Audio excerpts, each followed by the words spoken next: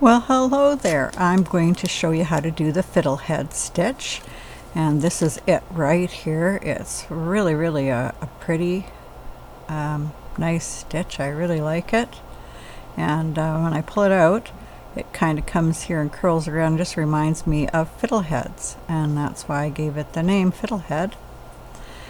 And so it's just a stitch video, so I'm not going to be showing you how to do a whole project. The project that I'm making on this one is a headband, so I'm not too worried about curling. A tiny bit wouldn't bother me, but it's not curling with the kind of edge I'm giving it. So I'll show you how to do that edge. Because a lot of people do one of the stitches in here, the purl over, quite tight, you might find that you might curl a little. So do a swatch, and if you have to, do a garter edge. Put some pearls in the edge. But depending on the project, you may not need to. Okay, the yarn I'm using is an ice yarn, and it's 50% wool, 50% acrylic. It's a bulky yarn, and about the only thing it says on here is ambiente, and I don't know if that's the kind of yarn it is. It doesn't have a color or anything. There you go, and it's made in Turkey. It's quite a selection of pretty colors, and it's a roving yarn. And its thickness, it's not really thick. It's a thinner type of bulky. I have a little bandage on. I cut myself with the scissors.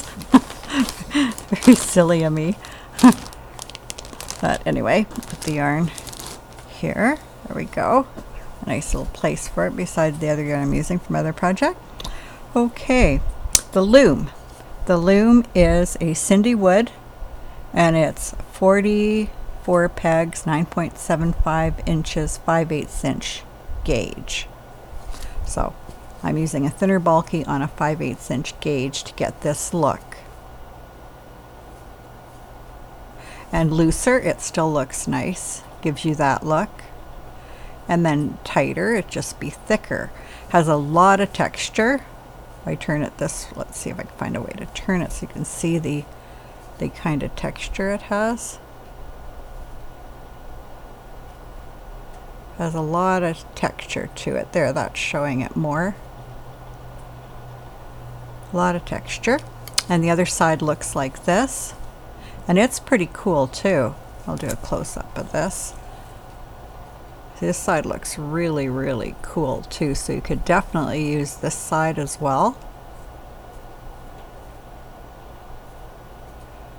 So my headband, as long as I connect it quite invisibly, it would be a beautiful reversible one, depending on what stitch I felt like. It's really pretty on this side too. Okay, so let's show you how to do the stitch. And it's just 2 rows. And this way, I'm just going to check. I usually write down little directions when I'm doing 2 rows. Which direction am I doing which stitch will be on here?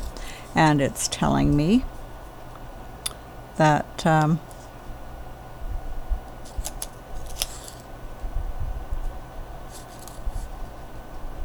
I'm doing owl eye to the left, so I'm doing this stitch to the right. Now it's made up of 2 stitches, and one of the stitches is my sponge twist stitch, and you'll have just seen the video for that, or if you haven't, it's on my YouTube channel because it's a nice stitch all in itself. But in this one, by alternating it with the row of owl eye, it gave another stitch with a really nice shape to it and a nice texture. And nice and thick if you want it thick, or if you want it lacy, you can still use it lacy. It's still quite nice. So for this row, we're going to do the stitch. Now to do the stitch, I've already done my edge, so I'll show you how to do the edge on the other side, but you can do any edge you want. And as I said, this is a stitch video, so I'm not going to show you this edge because you might have any kind of a project and you might decide that it's curling for you the way you knit a little bit, so you might want to put some purls on the edge, but I'm doing this one completely without any purls. So take the working yarn and just put it over the top, and we're going to do the purl over stitch, which is Theresa Higby's stitch. She gave me permission to use it. And we're just going to go under, scoop up the working yarn, and flip it over the top. So see, here's the loop, just flip it over the top and tighten it. And you don't want it to get too tight, and I've noticed that a lot of people are having a tendency to have it too tight, so just loosen it up. Make sure that it's just the right looseness that you could put it easily over the peg. It doesn't have to be real tight on there. And then come around. So you come back around the peg and wrap over it like a U-wrap, knit it off, and that's all there is to the sponge twist stitch. Okay, so we come over, we're going to do the purl over stitch first. We come under, scoop up the working yarn, we get a loop, and we just flip that loop over. Tighten it, not too much, and knit over in a U-wrap. Okay, we'll do it one more time. Get nice and close. There's a little gear bottom right hand of the screen. If you click on it, you can slow down, so it'll be easier to see any stitch you want to look closer at. So you come in from the bottom, scooping up the yarn, scoop up the working yarn from the top, and flip it over. And then tighten, not too tight. You want to be able to knit it over, come around, and U-wrap it. That's all. Okay, so I want to explain that this is not a purl, even though it has the name purl over, because if you were doing a purl, you'd have the working yarn down, you'd come down and you'd scoop up that working yarn. We're coming up just like a knit. We're going under and scooping up the yarn just like a true knit, but we don't take the yarn off the peg. We just flip it over and tighten. Okay, and once you get good at it, you'll find it's a lot easier to do the stitch. Like come around, do the U-wrap, but you just go over, scoop it up, and I just flip it over, and I have the right tension because I've done so many of these that I know I have the right tension, so I can just go over. But if you're just new to this and you haven't done it for very long, whoops, have I done over the U-wrap? Now I don't know, so what I'm going to do is just take it off. Oh, I had done the whole stitch, okay, but it's easy enough to do. Put the working yarn back on, come back and do the stitch over again. So I just do the purl over, I come around and do the U-wrap. Come around, do the purl over, come around, do the U-wrap. Okay, so that's all there is to it. So scoop up the working yarn, make the loop, put it over, tighten. Sorry, it's getting too low there. Come around and knit it over. Okay, one more time. Working yarn over, under, scoop it up,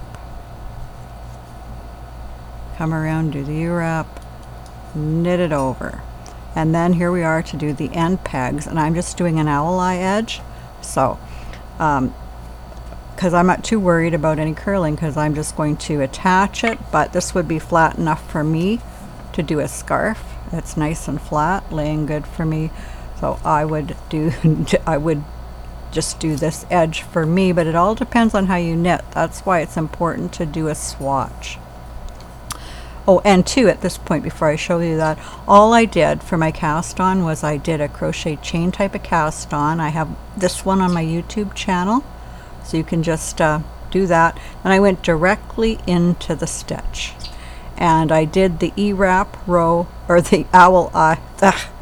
I did the owl eye row first, and then I came in and did the sponge twist row. And so when you bind off, you'll want to do one row of owl eye before you bind off so it matches. And I have a bind off also on my YouTube channel if you want to use that. It will match this the best that I've found. Okay, so now we'll just do the edge. So we're just going to go over it in owl eye style. We go over peg 1, rewrap peg 1, go over peg 2, knit it over, then come back, knit over, knit this one over again, and over this one.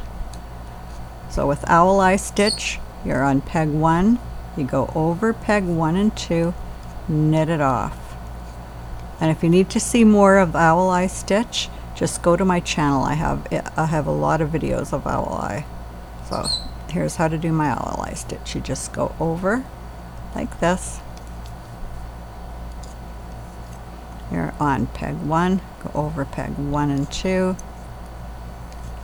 and peg 1, go over peg 1 and 2. It's the same thing with owl eye too. If you want to loosen it, just loosen them like that. You can loosen them up if you find you're knitting too tight. You can actually do that with almost any stitch if you find you're a tight knitter, so I hope that helps.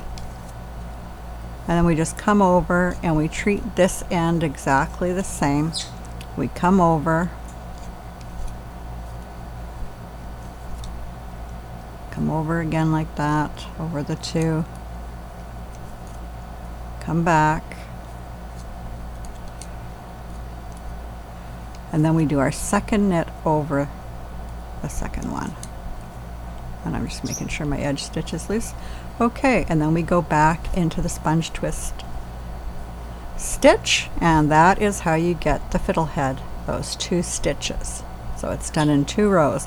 I'll just do a couple more of this stitch to make sure you have this one down. This is the harder stitch. So come up from the bottom, scoop up the working yarn. Okay, and then you have a loop, and just flip that loop over and snug it up, making sure it's not too tight, and coming around in a U-wrap, knitting it off.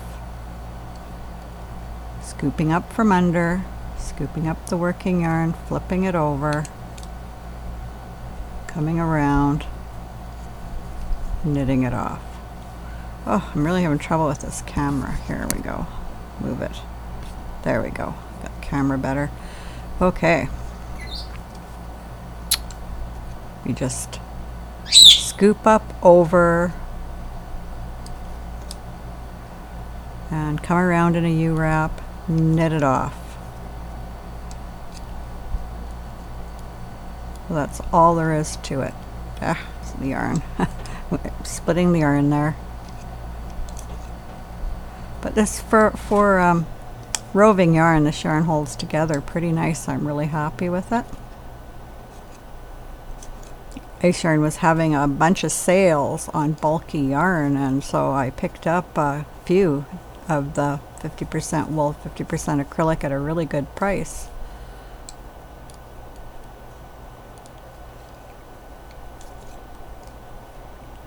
Okay, so I'll just knit to the end of the row.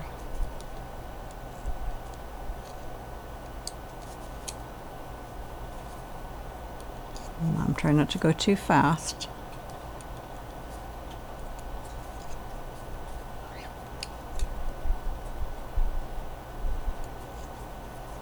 Okay, and then for the end peg, I'm just knitting over again